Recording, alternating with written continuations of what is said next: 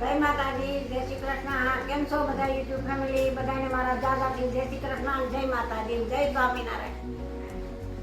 જો મમ્મી દૂધી સુધારવાનું કામ કરે છે. બેન ને દૂધીનું શાક, દૂધી દાળનું શાક ખાવું છે અને બે કારેલા છે. કારેલાનું શાક નથી ખાવું તો એક કારેલાનું કરવાનું છે અને દૂધીનું કરવાનું. કાલ 3 શાક હતા. એક મઠનું હતું, પછી સેવ ટમેટાનું હતું, પછી ગુવારનું હતું. કાલ 3 શાક હતા. અને આજે અમારે હાટું કારેલાનું છે ને પ્રકૃતિ કે મારે કારેલાનું નથી ખાવું તો એના હાટું દૂધી દાળનું છે.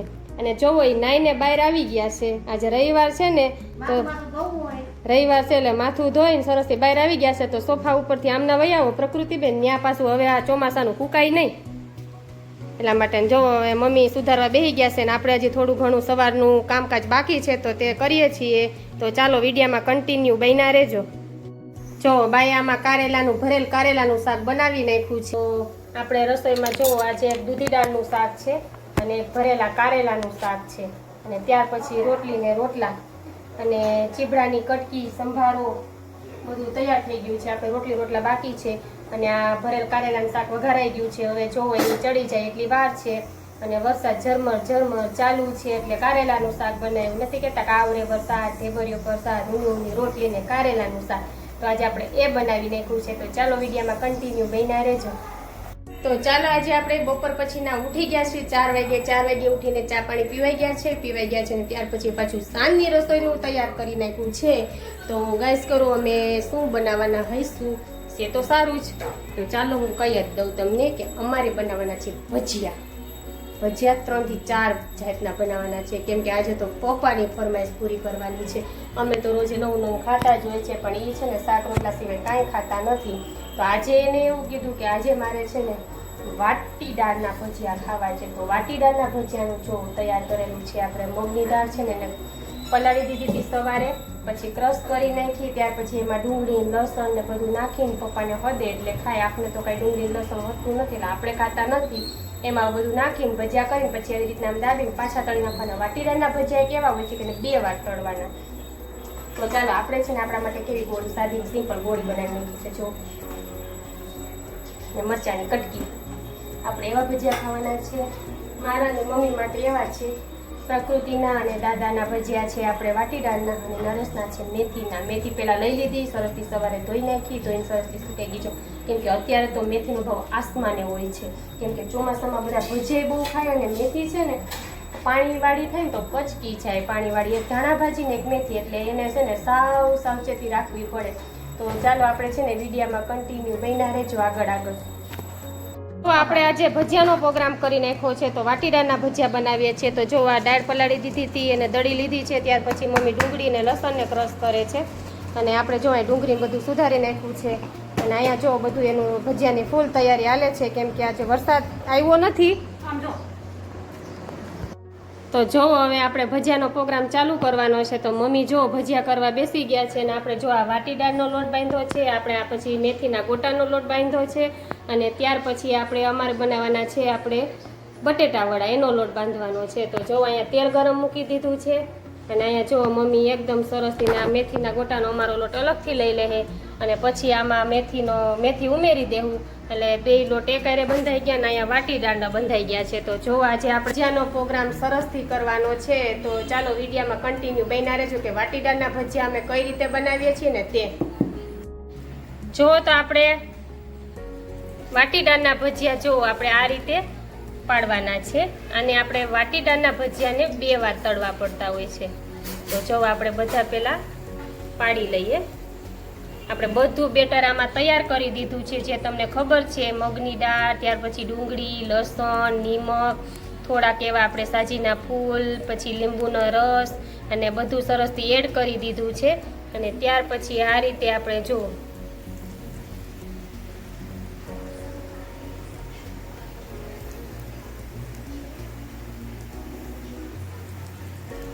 આપણે આ બીજો ઘાણો પણ ઉતરી ગયો છે આપણે વાટીદાળના ભજીયાનો.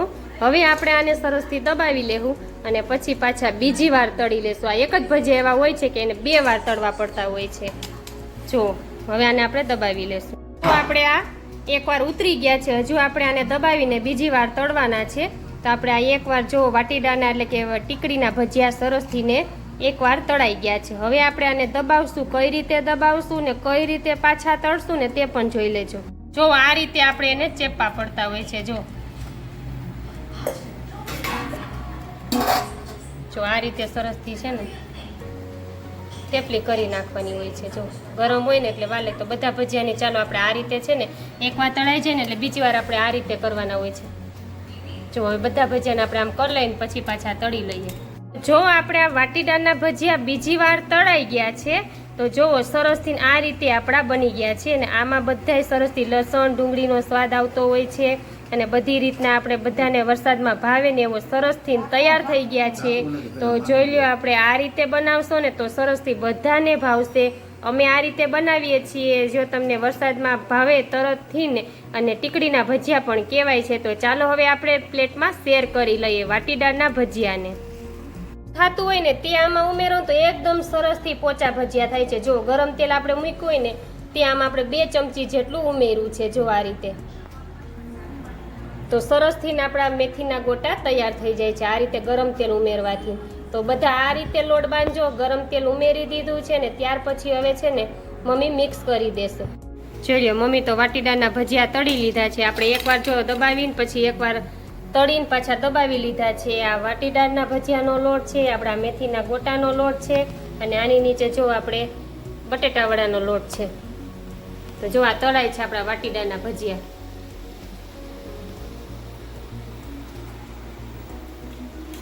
જો પ્રકૃતિબેન હવે હાંજે હોમવર્ક કરવા બેસી ગયા છે.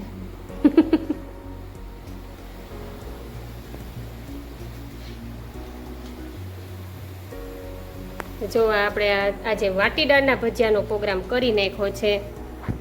તો સરસથી દહીંની ચટણી, વાટીદારના ભજીયા, મેથીના ગોટા બધાને ખાવા હોય તે આવી જાઓ. પણ વિડીયો કાલે આવશે ત્યાં તો અમારા ભજીયા ખવાઈ ગયા હશે.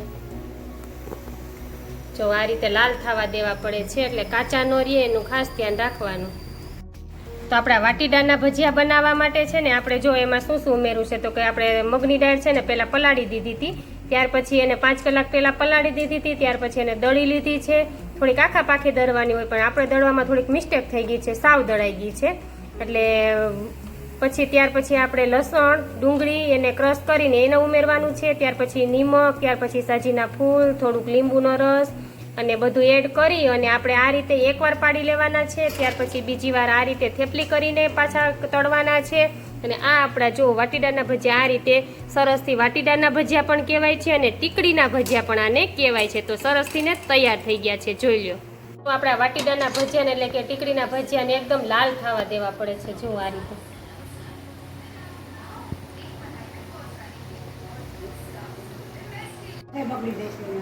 તો હાલો આપણે ભજીયા ખાઈને ફ્રી થઈ ગયા છીએ. વાસણ સાફ થઈ ગયા છે.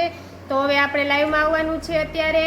તો આપણે છે ને શનિ ને રવિ લાઈવમાં આવીએ છીએ. તો આજે રવિવાર છે તો આપણે આજે લાઈવમાં આવવાનું છે. તો ચાલો હવે આપણે આવતીકાલે મળશું કંઈક નવા વિડીયોમાં, કંઈક નવી વસ્તુ સાથે. તો ચાલો મારા વિડીયા બધા જોજો ને શનિ રવિ લાઈવમાં પણ બધા આવી જાજો. તો ચાલો જય માતાજી, જય શ્રી કૃષ્ણ ને ગુડ નાઇટ ને બાય બાય.